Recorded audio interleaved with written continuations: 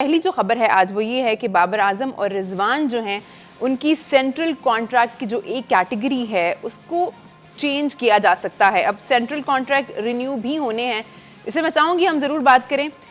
सलीम भाई, ये जो खबरें रोज़ आ रही हैं और हमारा भी दिल लगा रहता है इन चीज़ों में क्योंकि वैसे हम सोचते थे क्या बात करेंगे, हमारी टीम हिस्सा नहीं रही वर्ल्ड कप का, लेकिन ऐसा कभी दिन हुआ नहीं। आई थिंक हम टॉपिक स्किप करते हैं, प्रोग्राम में हमें करने पड़ते हैं। देखें, ये वैसे तो क्रिकेट पे बात हो सकती थी, ये ऐसा नहीं है कि हम सिर्फ इन्हीं बातों पे हम बैठे हुए थे। आप जो मैचेस हो रहे हैं हम उन पे भी बात कर सकते हैं, मगर बात ये है वो ये रवि का ख्याल है, हमारा ख्याल है कि क्रिकेट पे हम बात कर सकते थे जी। बात ये है कि ये सेंट्रल कॉन्ट्रैक्ट जो है ये मुझे नहीं लगता कि कुछ प्लेयर्स जो ऐसे जो रेगुलर प्लेयर हैं उनके चेंज होंगे। रूमर्स है ना, हाँ रूमर्स हैं, अभी तक कोई न्यूज़ तो नहीं है ना इसमें, बोर्ड की तरफ से कोई ऐसी चीज़ आई नहीं है। तो मेरा ख्याल है अगर किसी की परफॉर्मेंस पे अगर आपने करना है तो फिर ये ज़रूर चेंज होने चाहिए। अगर आपको लगता है अच्छा उनसे अच्छी परफॉर्मेंस भी किसी की नहीं है ना, अगर आप रैंकिंग में देखें। तो मैं यही कह रहा हूँ ना, अप टू द मार्क अगर नहीं कोई आ रहा उस परफॉर्मेंस में तो ज़रूर चेंज होने चाहिए। इसमें कौन सी बुरी बात है? असल में मैं हैरान ये हूँ क्योंकि 2 नाम दिए इन्होंने। हाँ, वही ख्वाहिश हो सकती है किसी की कि ऐसा हो, हालांकि 15 नाम आने चाहिए थे, सबकी कैटेगरी को डाउन करें, ठीक है ना। तो वही मैं कह रहा हूँ कि अगर दो नाम आएंगे जी इनकी बाकियों की परफॉर्मेंस, इसका मतलब है बाकियों से आप मुतमईन है नहीं उनका जो बाकी जो 14 लड़के थे उससे आप मुतमईन है, इन 2 की परफॉर्मेंस से गैर मुतमईन है। तो ये एक खबर है इसी तरह ही, ठीक है ना। और दूसरी चीज़ ये है कि जी किसी बिल्कुल अगर परफॉर्मेंस बेस आपका सेंट्रल कॉन्ट्रैक्ट है जी, तो किसी की भी आ सकती है नीचे, वो तो इसमें तो कोई भी ऐसी चीज़ नहीं है। लेकिन आपने कोई, मेरा मतलब जिसमें खबर है कोई क्राइटेरिया सेट किया हो कि जी ए कैटेगरी में, ए में ना मैं आपको बताता हूँ 3 लोग हैं, एक रिजवान, बाबर और शाहीन जी। तो इसका मतलब है कि जो तीसरे से उसकी परफॉर्मेंस से ये मुतमईन है, पहली बात, ठीक है ना, वो सही जा रहा है।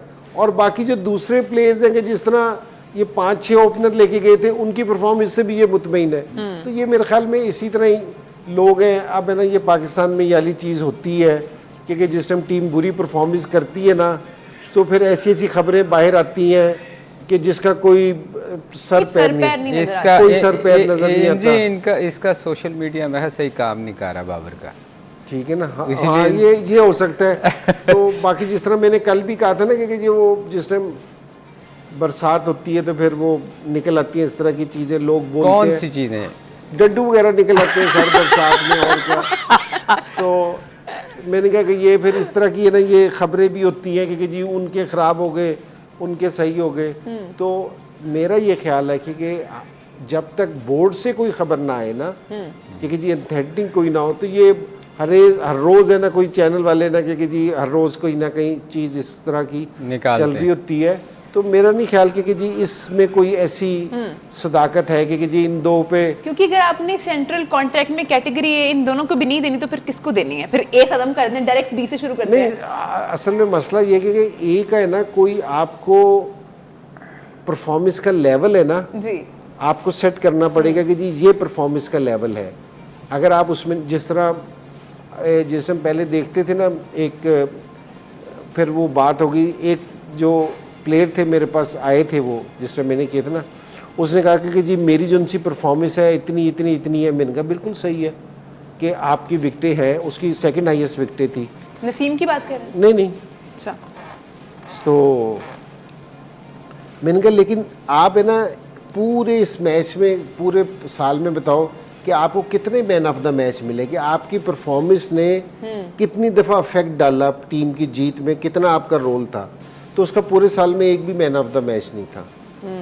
सो जो पूरे साल में एक मैन ऑफ द मैच भी ना ले सके जी, सो आप उसको एक कैटेगरी में डाल दें तो यानी कि उसकी जो उनकी परफॉर्मेंस है कभी भी इतनी इफेक्टिव नहीं हुई कि वो मैन ऑफ द मैच हो जाए। तो सर ये कोई सटन कोई रूल होना चाहिए कि जिसको एक कैटेगरी मिलना है। ये नहीं है कि जी एक कैटेगरी मिली है कि सारों की परफॉर्मेंस बुरी है, उन सारी परफॉर्मेंस में जिसकी परफॉर्मेंस अच्छी है उसको एक कैटेगरी दे दे बुरी में से, ठीक है ना। अगर आप उसमें फॉल नहीं करते एक कैटेगरी में तो आपको नहीं देनी चाहिए।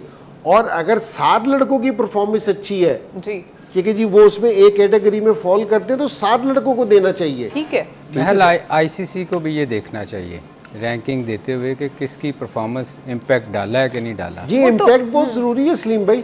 मैं वही आप 200 रन करें और टीम ना जीते तो वो 200 रन का नहीं है फायदा। आप है ना 50 रन करें लेकिन 50 रन ने आपकी टीम को विनिंग स्टैंड पे खड़ा कर दिया, वो वैल्यूएबल है, ये नहीं है। तो ये वही मैं कह रहा हूँ ना कि ये बहुत सारी चीज़ें ना देखने वाली हैं कि जी आप परफॉर्मेंस किस तरह करते हो।